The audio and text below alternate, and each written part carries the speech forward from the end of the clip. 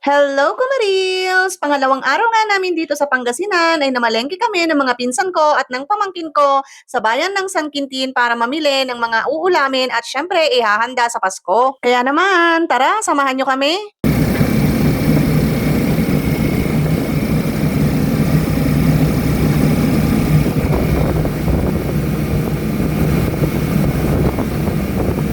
Nakarating na nga kami dito sa pamilihang bayan ng San Quintin, Pangasinan at talaga nga namang napakalaki na ng ipinagbago at iginanda ng palengke na to. Isa nga sa napansin ko ay organized at maganda na ang pila ng mga tricycle dito. At pagpasok nga namin sa palengke ay kitang-kita mo talaga ang malaking improvement lalo na dito sa bilihan ng karne at ng mga isda. Malinis ang area at magkahiwalay na nga ang bilihan ng mga karne at mga isda. Hindi kagaya noon na magkakahalo-halo sila. At isa pa nga sa napansin ko ay naayos na rin ang bubungan ng palengke na to. Dati nga ay butas-butas yan. Kaya naman, siguradong safe at hindi na mauulanan at syempre, hindi na maiinitan ang ating mga masisipag na tindera. Napakasarap nga ring mamili dito ng mga isda dahil kita nyo naman, fresh na fresh at buhay pa talaga sila. Napakarami mo rin talagang pagpipilian dito na iba't ibang klase ng mga isda at mga lamang dagat na pwede mong bilhin. At syempre, i-extra ko rin daw itong pinsan ko kasama ng binili niyang tilapia. Sige, ilaban mo yan, insan.